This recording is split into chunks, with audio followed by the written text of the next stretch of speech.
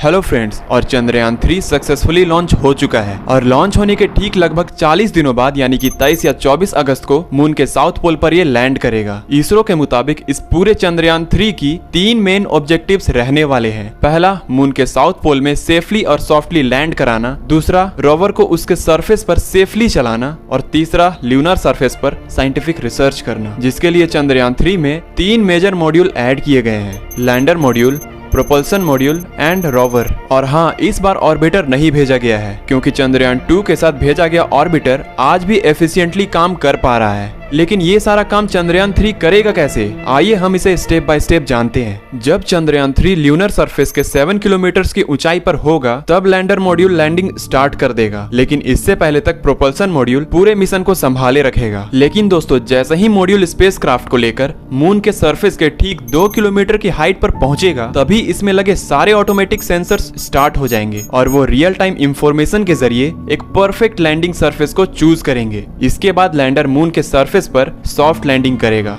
अब एक बार सक्सेसफुली ये चांद पर लैंड हो गया तो उसके बाद लैंडर में से रोवर को निकाला जाएगा, जो तुरंत लेजर इंड्यूस्ड ब्रेकडाउन स्पेक्ट्रोस्कोप यानी लिप से मून के सोइल में पड़े केमिकल कंपोनेंट्स को एक्साइटिंग स्टेज में ले आएगा। इससे उन केमिकल में से अलग अलग वेव्स जैसे कि अल्फा एंड एक्सरेज निकलेंगे, जिन्हें रोवर पर लगे अल्फा पार्टिकल एक्सरे स्पेक्ट्रोमीटर से डिटेक्ट करके एनालाइज किया जाएगा, ताकि मून के साउथ पोल पर सोइल का कंपोजिशन क्या है ये पता किया जा सके। इसके अलावा साइमल्टेनियसली लैंडर अपनी लैंडिंग साइट से ही मून का एटमॉस्फेयर कितना थिन है ये पता लगा पाएगा, और इतना थिन क्यों है इन मिस्ट्रीज को भी डिकोड करने की कोशिश करेगा। क्योंकि जैसे आप जानते हो, मून पे ना के बराबर एटमॉस्फेयर है। पहले तो लोगों को लगता था कि मून में एटमॉस्फेयर है ही नहीं, पर रिसेंट स्टडीज में मालूम पड़ा कि मून के 10 किलोमीटर के एल्टीट्यूड तक बहुत ही थिन आयनोस्फेयर यानी कि चार्ज पार्टिकल से भरा एक हल्का सा एटमॉस्फेयर का लेयर है, और जिसके एक्सिस्ट करने का एक्यूरेट रीजन अब तक किसी को मालूम नहीं। सो चंद्रयान 3 का लैंडर बेसिकली अपने रामभा और चेस्ट इन सेंसर्स के मदद से मून के आयनोस्फेयर के हीट कंडक्शन के प्रॉपर्टीज और टेम्परेचर के बारे में हमें एक्यूरेट डेटा देगा।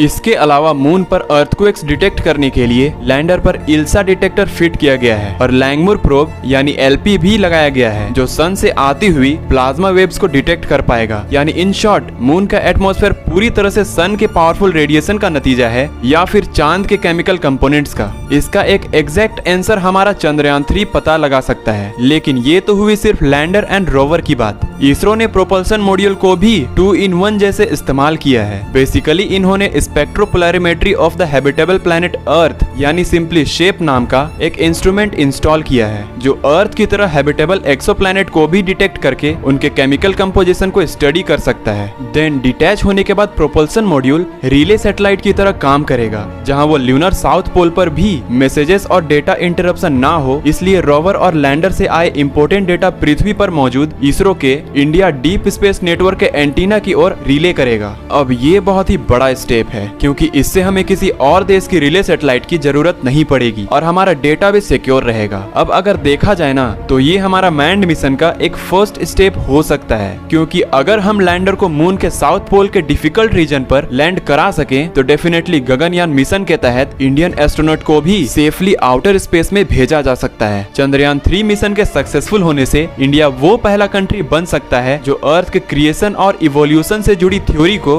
प्रैक्टिकली प्रूव करके दिखा सकता है, क्योंकि साइंटिस्टों के अकॉर्डिंग मून के साउथ पोल पर स्पेक्ट्रोस्कोपिक के जरिए ये देखा गया है कि वहाँ आइस के फॉर्म में वाटर के मॉलिक्यूल्स काफी ज्यादा मात्रा में मौजूद हैं, और वहाँ के क्रेटर्स के अंधेरे कोनों में मौजूद पानी तो चांद और पृथ्वी जब पैदा हुए थे तब से ही वहाँ पर मौजूद है। साथ ही रिसेंटली ये देखा गया है कि मून पर कुछ मैग्नेटिक फील्ड एनोमलीज भी हैं। वहाँ भी अर्थ की तरह एक अनइवन मैग्नेटिक फील्ड है। अब मोस्टली ऐसा तब होता है जब किसी सेलेस्टियल ऑब्जेक्ट के अंदर एक एक्सट्रीमली हॉट मोल्टेन कोर हो। मतलब अगर हम इस अनइवन मैग्नेटिक फील्ड के कॉज का पता लगा पाएं तो हम भी समझ सकते हैं कि क्या चांद ओरिजिनली हमारे पृथ्वी से ही टूटकर बना था, जैसे कि थिया की अर्थ से टकराने की पॉपुलर थ्योरी कहती है। अगर चंद्रयान 3 चांद पर मौजूद पानी और वहाँ की मैग्नेटिक फील्ड इन दोनों चीजों की डिटेल्ड इंफॉर्मेशन निकाल पाया तो उससे पृथ्वी के इतिहास की कई सारे मिस्ट्रीज सॉल्व हो सकते हैं और हमारा देश इसे सॉल्व करने वाला पहला देश बन सकता है। लेकिन फ्रेंड्स, यहाँ पे प्रॉब्लम सिर्फ एक है कि हमसे आगे इस रेस में कोई और ना निकल जाए। सो अगर वीडियो से कुछ भी नया सीखने को मिला हो तो चैनल को सब्सक्राइब और वीडियो को लाइक जरूर करना।